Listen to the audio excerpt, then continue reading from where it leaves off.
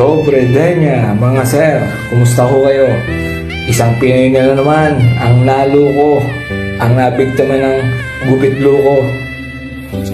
Oh, yan ho, isang Pinoy na nabiktima ko na naman. Ang gupit pala niya na barbers. Oh, paspas na naman.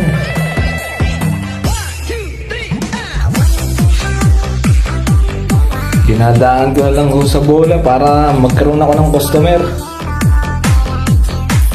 Shoutout nga pala dito sa aking model.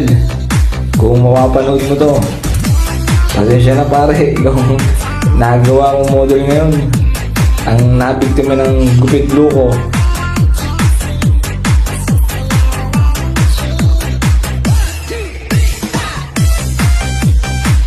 Pinipilit kong galingan.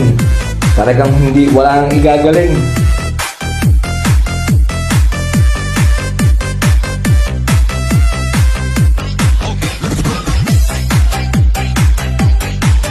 Ang hirap din po pala mag voice over. Wala nang maikwento eh.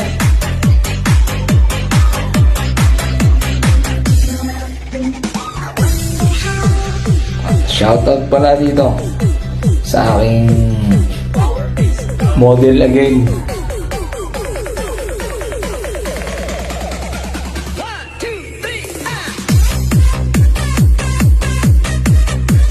Oh, nagpaahit pala ito ng kili at saka ng hawi sa buhok.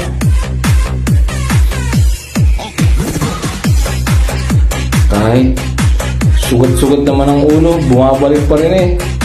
Pangalawang gupit na pala ito sa akin ng aking model, ni Michael.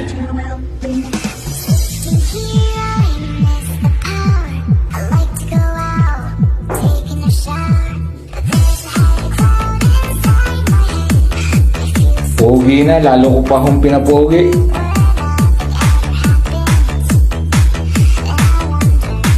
Oo, ipit din naman si Utoy eh.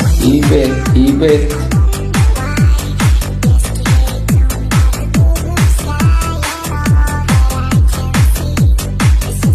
Oh, tingin din naman sa kanyang cellphone.